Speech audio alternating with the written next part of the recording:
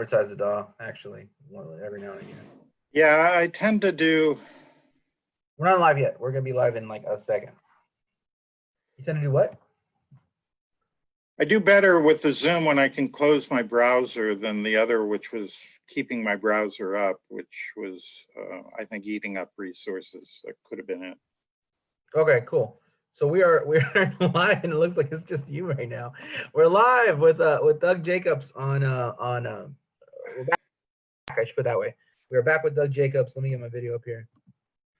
Start video. Come on. There you are. Hey. Hey. So we're live. Yeah, Doug, let's just pick up where we left off.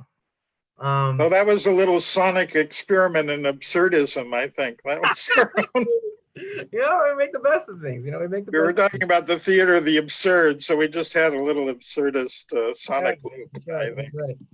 I'm gonna tag the people that were in that were loving the last one, so they know that we're back. Okay. Yeah. So tell us a little bit.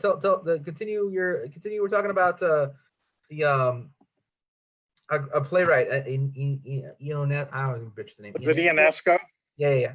Yeah, it was a Romanian playwright who wrote these absurdist plays. But also Martin Esslin wrote a book called The Theater of the Absurd, and he talked about a number of playwrights. Samuel Beckett. He talked about the whole school. And Martin Esslin was a dramaturg at the Magic Theater in San Francisco, and he was teaching at Stanford. He was kind of a legendary dramaturg, and but he wrote the book on the theater of the absurd, and that had a big influence on me in college. And then I actually acted in a play by Robert Ponget called Architrook, which was an absurdist play where I played a king and with his minister who keeps wearing different costumes of different people.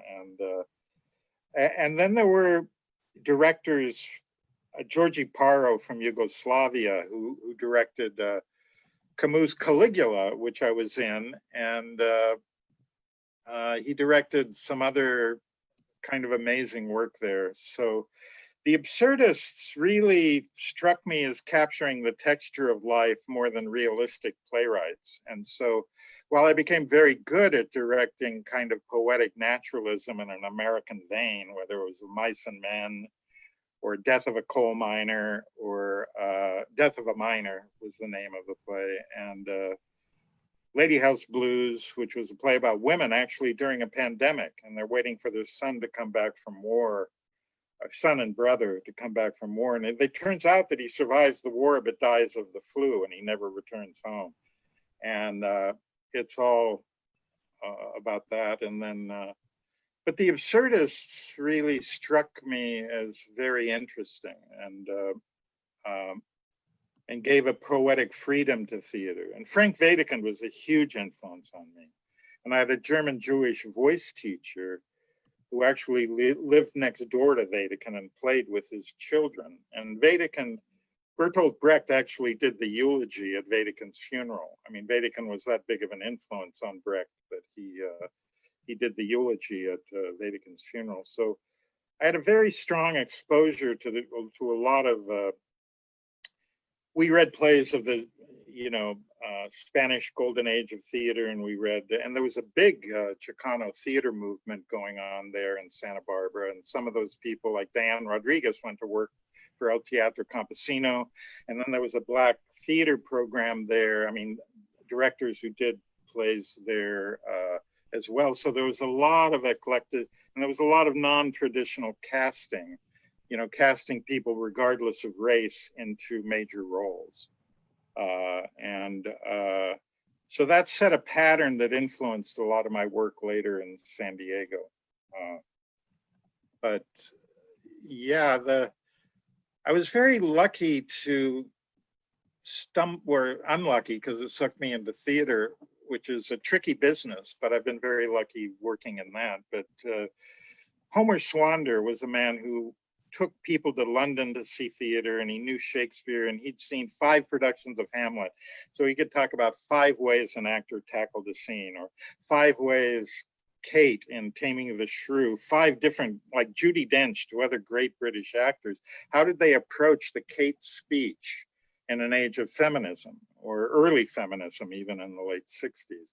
So he had an amazing encyclopedic knowledge, not only of the plays, but also of the way they were staged.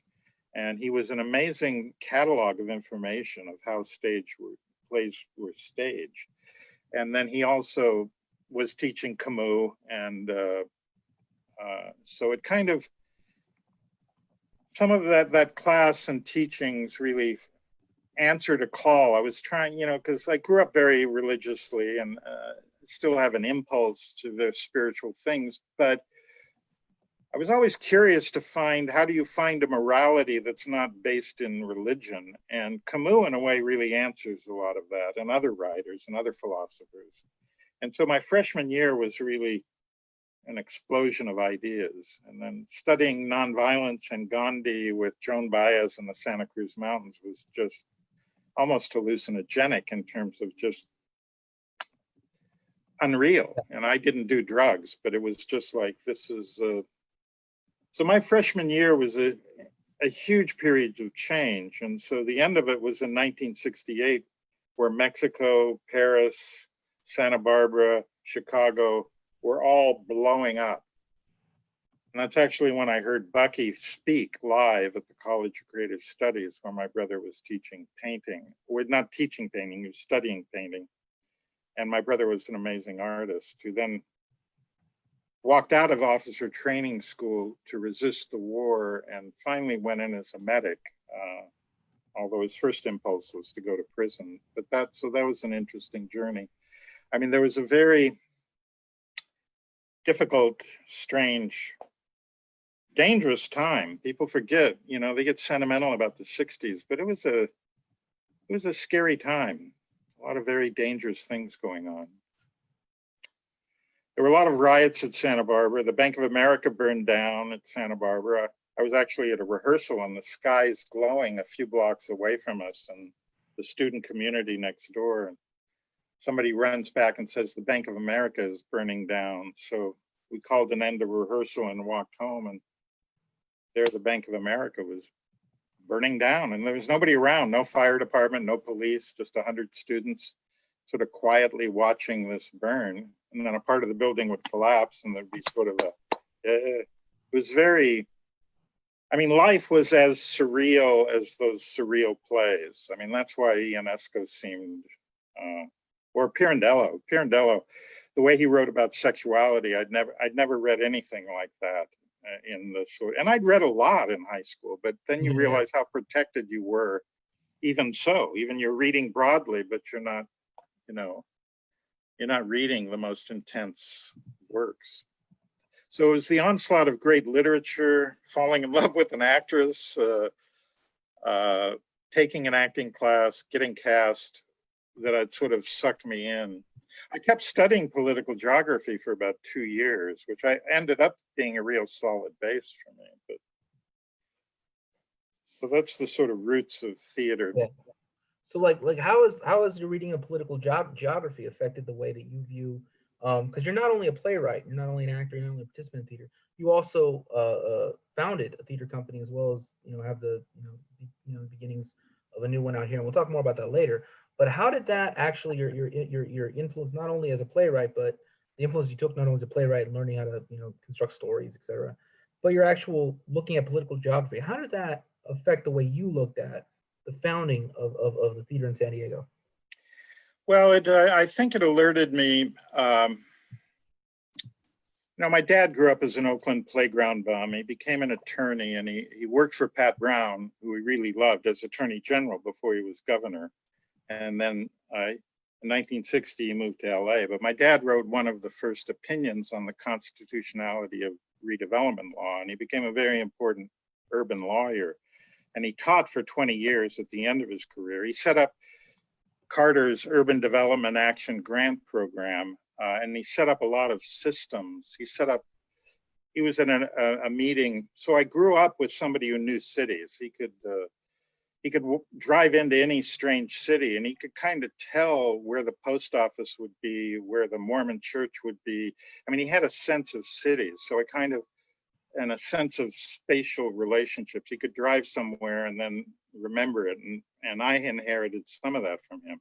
So it was a sense of space and of cities. I don't think, the last public speech my dad gave was at the Urban Land Institute in the 90s about the history of redevelopment law. And he actually said, the crowd said, "Where do you think it's going in the future?" And my dad said, "Well, throw the crooks out." And the room froze. And he said, "You know who they are. Throw them out. They're going to ruin the field." And, 10 years later, redevelopment was dead because they took it to court because they didn't want to give up any of their money to Jerry Brown. So Pat Brown sort of started the mechanism of redevelopment law, and Jerry Brown, while he used it a lot to rebuild Oakland, he kind of killed it off because he thought,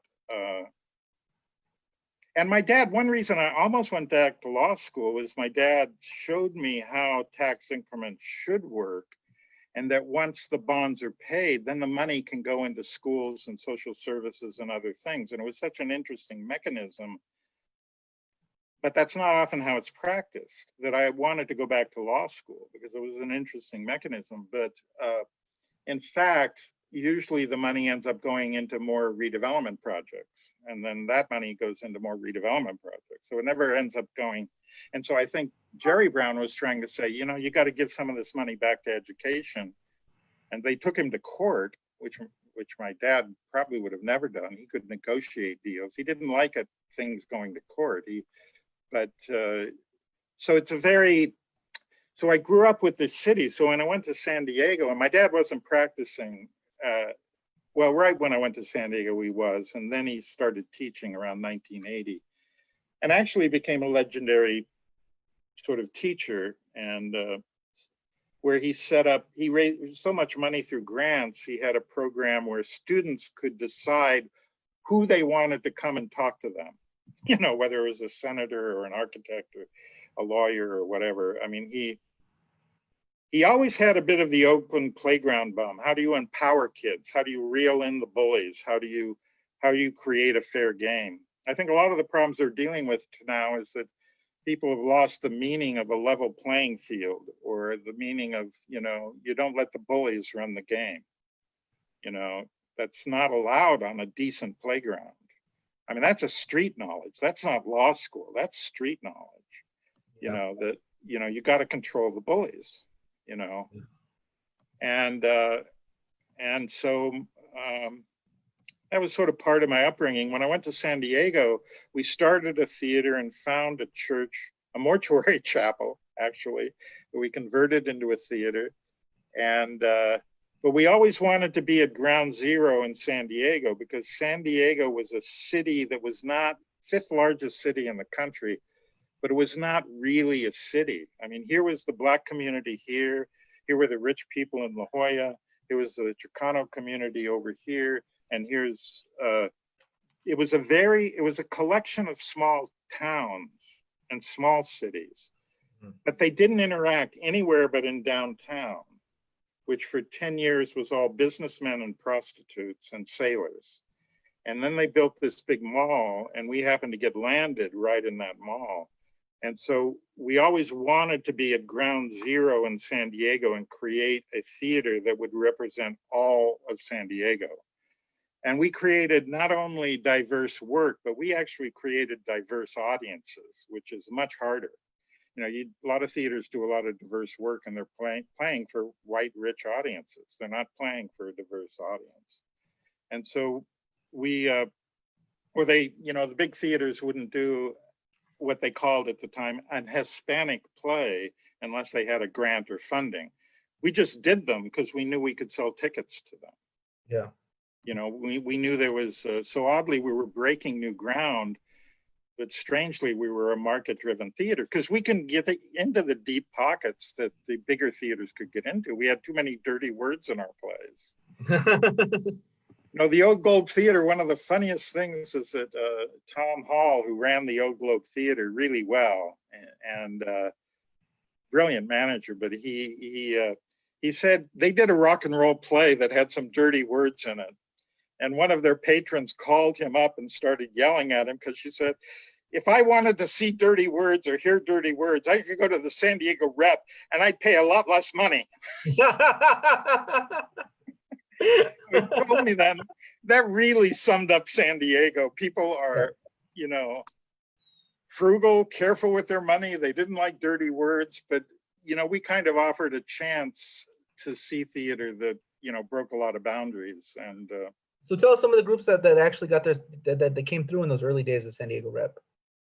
well, the Odyssey Theater brought some Polish plays to us, and then Luis Valdez brought I don't have to show you no stinking badges, which was in the new theater downtown.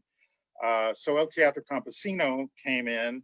San Francisco Mime Troupe came in and did a production of I Ain't Your Uncle, which was really interesting because we had kids bust in from high schools who were Black, and then the white audiences. And it's one thing Wedekind said is that theater is a moral force because people don't respond to things the way you do. So you may find something really deeply tragic, but somebody else is howling with laughter at it.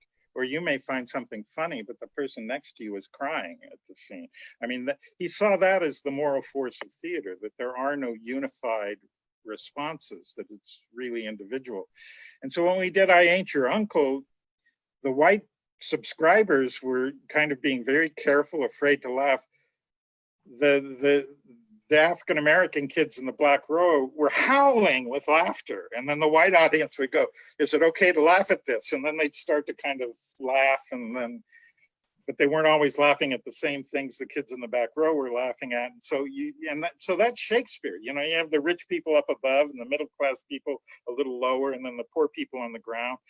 And they're clearly things that the poor people would scream at.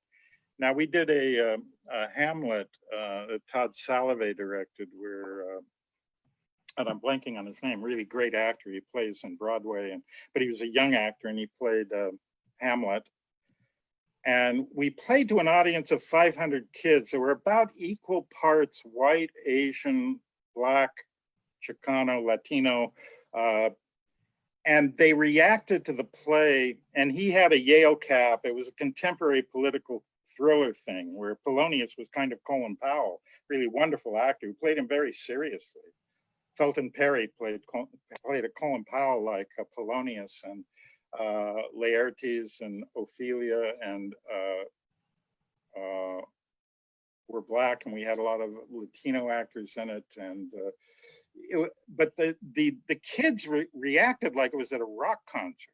They started talking back to Hamlet. He was a little afraid of playing to kids, but then he'd say, "Who calls me coward?" And some kid in the audience would go, "I do." And another would go, "I do, I do." And so we suddenly, like, it just woke up the cast. It was like they were shouting at us. It was a real call response thing, which we encourage. You know, a lot of teachers would try to shut up the students, but we actually encouraged that response as long as it was connected to the play. Leon Singer played Neruda once, and there was a really rude audience that just wasn't even paying attention to the play. They were just being kind of nasty. And Leon Singer walked by, and one of the kids in the aisle, and that was not typical of even the students for that show, but he played Pablo Neruda in that play, Burning Patience. And here's Pablo Neruda walking by this kid who's just mouthing off, not about the play, just mouthing off and bored. And he just walks by him and quietly goes, "Fuck off," you know, in this deep voice, you know, this kid. But that kind of electricity, you know, we kind of tried to get people to respond. Leon Singer, I think, was the cook in Lonesome Dove. You were talking about that a few weeks ago. The Mexican cook. He's a wonderful actor out of Mexico City, and amazing actor. And he ran a restaurant in San Diego that was really wonderful too. So the other companies, who else came? Sort of blanking. Irene Fornes came and did a play, which for about 5 years we would do plays, Latino plays, in repertory in English and Spanish. We'd rehearse them in English, we would rehearse them in Spanish, and they'd play on different nights in one language or the other. So we'd sell tickets to the Spanish-speaking crowd and the English-speaking crowd. And that was a really interesting program. And Irene Fornes did Abingdon Square, which at first she was skeptical. She sort of, Irene was very forceful, Cuban New Yorker, who sort of accused me of making her the Latin slot. And I said, no, it's a beautiful play, and I think it'll be more beautiful in Spanish. And she goes, oh, okay. she said, great. And then as soon as she started to write it, she realized it wasn't her Henry James New York play, but it harkened back to her memories of Havana when she was 5 years old, you know. And suddenly the play came alive in a completely different way in Spanish, and brought back completely different associations for her from the first 5 years of her life before her family moved to New York. So we did a lot of that. We did a lot of Chilean plays, a Peruvian play. We worked with Max Roach a couple of times. He did the score for A Midsummer Night's Dream, where people were scat singing Shakespeare to Max Roach music.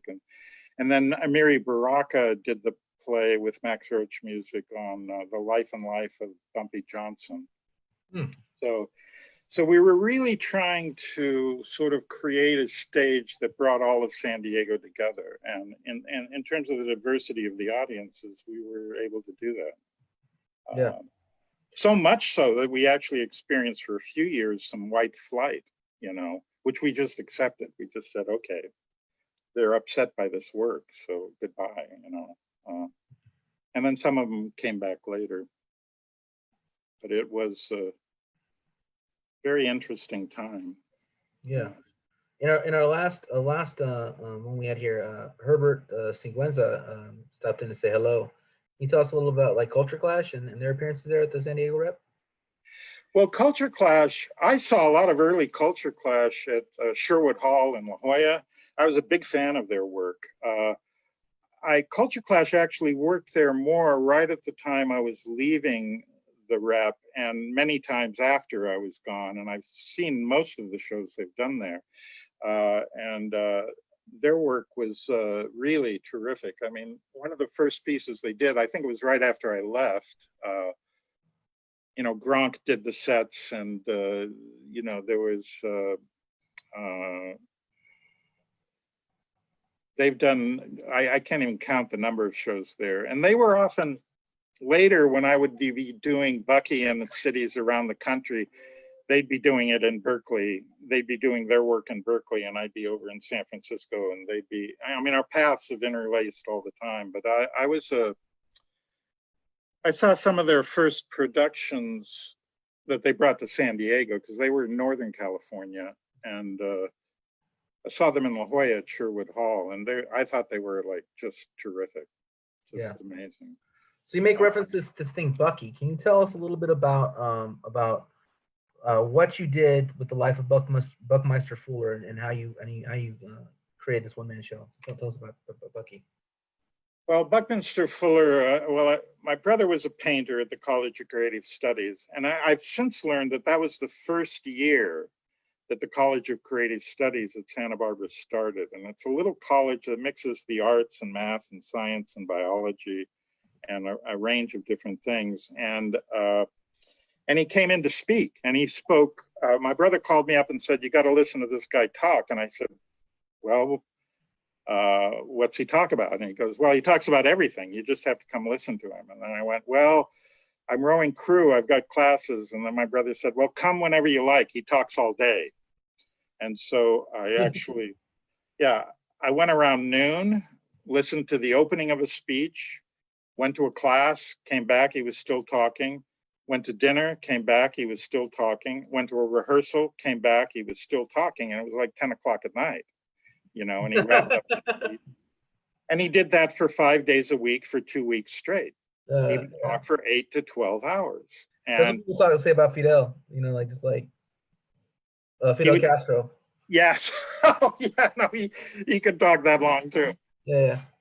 Actually, I don't think, you know, Bucky's definitely worried about the collective and the Commonwealth and the people, but he often said he wasn't a communist, but he was in the Greenwich Village, And he loved talking to the communists because they're the only people who could talk all night like he could. And so he loved testing out his ideas on them, and they'd test out their ideas on him. And they'd be in Greenwich Village somewhere just talking all night long. You can't stop them from talking.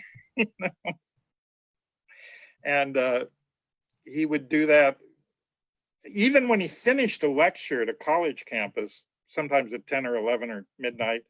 There'd be 6 people left in the audience, and he'd say, okay, let's go look at some slides I have. And so he'd take those 6 students and talk to them all night. After talking all day, he'd talk to them, show them pictures of his work, take them out to breakfast in the morning, and then get on a plane and fly away. I mean, he was insane. His ability to just keep going was remarkable. And so I would go in, and every so often in my week, I'd go in and listen to him and go out. And actually, a lot of the times I couldn't follow it because it was geometry, and you'd come in late and you'd go, what's he talking about? And he had this strange language. And then suddenly you'd realize you were following what he was saying without, you'd go, oh, I'm getting it. But I do remember, because he was very much into world distribution in World War II, he was tracking global distributions. And he was tracking invoices on how much the American businessmen were working with the Nazi businesses deep into World War II. He actually had the invoices to track that. So that created a kind of economic skepticism in him about politics and war versus the economics of how it was really working. And so I do remember him talking about and following the section, maybe because it had to do with political geography, of global commerce and distribution and resources and how they worked. I remember him talking about the history of global commerce, and that was really fascinating to me. But what I tried to do with the play was deal with testimony, because I thought Bucky was one of the great New England testifiers. And so you're a poet, you're a slam poet, and I think that's a form of testimony. It's like, this is what I see. This is what you should pay attention to. This is what you need to listen to. And in my freshman year too, I took a history class, and I went to church and we did testimony meetings once a month. So I grew up with that. And then somewhere in my freshman year, I learned that testimony comes from the word testicles. So that when we put our hand on the Bible to swear to the truth, that's a metaphor for something else we used to grab when we were swearing the truth. So the idea of Bucky speaking to a room of people from his authentic core of his, it's very New England, American transcendental philosopher, and those guys didn't always agree with each other, but they testified to the way they saw things. They often had horrible conflicts, but as every group has horrible conflicts. But he really believed that the individual, and that's kind of how I was raised, is that you had to own up, and it's the hardest thing to do, but you have to own up to what you really see and how you really see things. And the play is kind of written to do that, to sort of put, instead of people blaming everything else, sort of putting your life back in your hands and going, what do you see? Because he saw people as local information gatherers and problem solvers. So you look at what's in your neighborhood or in your house or in your world, or what you can see of the world through TV, or he saw all these tools of telescopes and microscopes as ways to heighten eyesight and hearing and perception, to expand our perceptions deeper into the world. So by local information, he didn't necessarily mean just where you are, but he also just loved to go to the ocean and stare at it and ponder the bubbles and come up with ideas from watching the bubbles, and he has a whole thing where he decided in making bubbles, nature's not using pi. And I think he came up with that by just staring at bubbles from the back end of a Navy boat, going, nature isn't calculating these bubbles. It's using different principles, than pi. Pi is a human construct, but it's not nature's construct. Yeah. So, can you can you describe where this play has taken you, and what has been the relationship with the family to this play? This play to Bucky's family, my family. No, Buckley's family. Well, I got to know actually around the time I worked on the centennial. That's where I got the idea of this. He was born in 1895, and in San Diego they were doing a centennial. That's where I got to know his daughter on the phone first, and then in person, because I directed the opening night events for the Bucky thing. And somebody handed me a book that was transcripts, edited transcripts of videotapes done by Robert Schneider, who was a documentary filmmaker who did movies on Pablo Casals and Henry Miller and Anais Nin and Willem de Kooning. And but he did a number of films on Bucky. And so I got this book called The Monologue Scenario. And so I've gotten to know the family quite well. She's still alive in Maine in a care center. And she was in Manhattan until about a year ago. And I often visit her in Manhattan. She grew up in Manhattan, but then she lived here when I was writing the play. She lived in the Pacific Palisades. And her husband was actually in Italy around the time Alexander McKendrick was. And he actually was going into the propaganda film archives of the Italian and mostly and German, the fascist propaganda films. So he analyzed some of those and did that. So so I got to know, and then later I got to know the grandson, who was more my age, and a lot of the deal.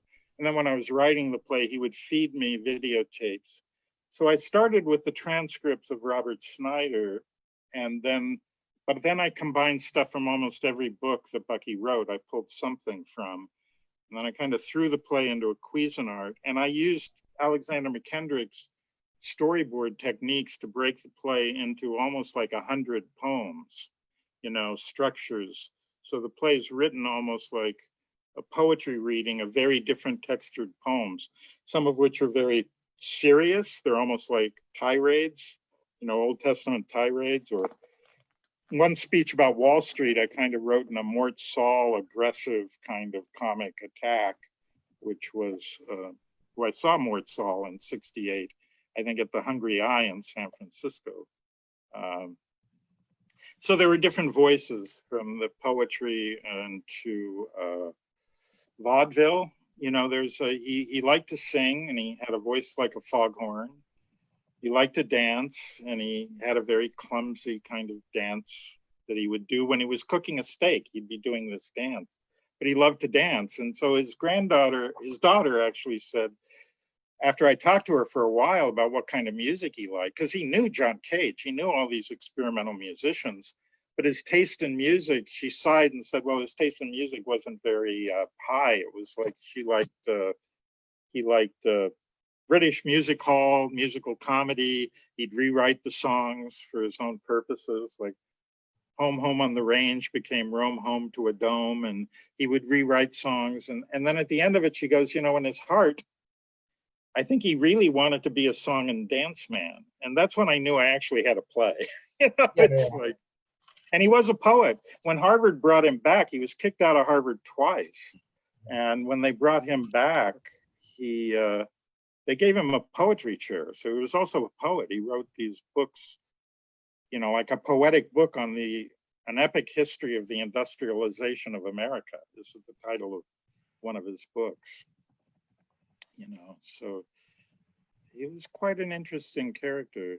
Yeah. And so how has the family received this? I mean, how has the family been receptive? Well, I worked with them very carefully, and I really wanted to sort of present Bucky like you were at one of his talks. So I wasn't out to like have my own attack on Bucky or this or that. I just really tried to get to the heart of his thinking and throw that. And I think when I first approached his daughter, she was very friendly because she liked the centennial events, and she was open to talking to me. But I think the idea of doing a theater piece on Bucky kind of made her a little nervous. She doesn't remember this, but it did make her a little nervous. But I won their trust pretty quickly. And then we did a reading at the end of 1999, and it was way too long. I mean, the second act. The first act was pretty good shape, but the second act was, and I knew it was a big sprawling mess, but we decided if I do the reading, I'll figure out what to do with the second act. And they were very excited. By the time we put it, even in the early versions of the script, they liked it. But when they saw it in the energy from the crowd, they were really won over. And they've been very supportive all along, and have supplied the imagery that they control. That's part of the royalty payments I pay them.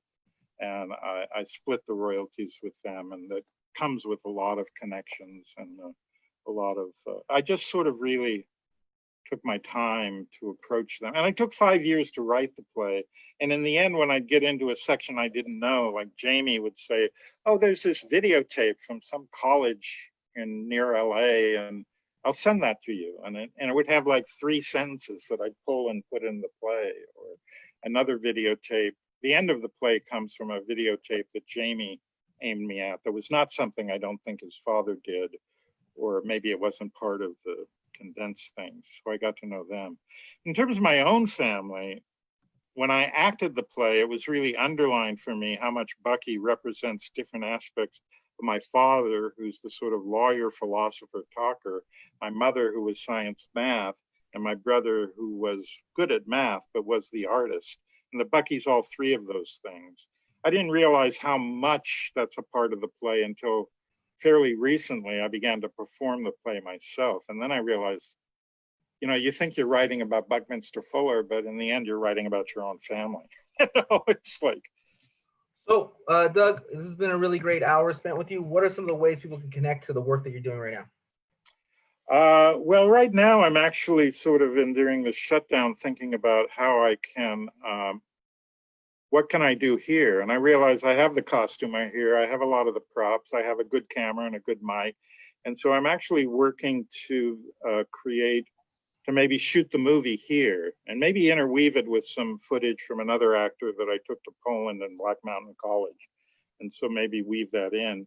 The estate has a website, and there's a page on the estate's website that I'm going to fill out. It's a very simple page with some links to the work we did in Poland, but it's called buckminsterfuller.net. I mean, I can send you the link later, or add it to the thread later. Yeah. And so there's a page on the play, and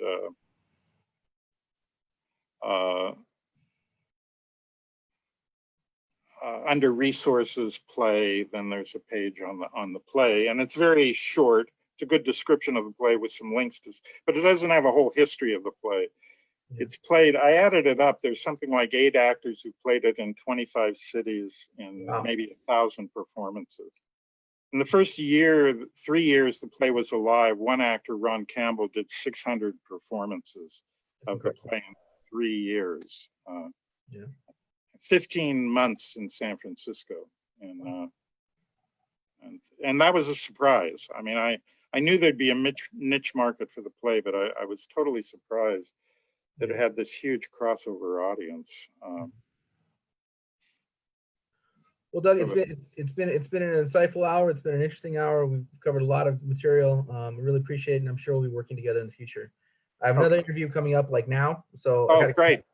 So, but thank you again, Doug. I really appreciate it. All right. Thank you very much. I appreciate it too. Thank you.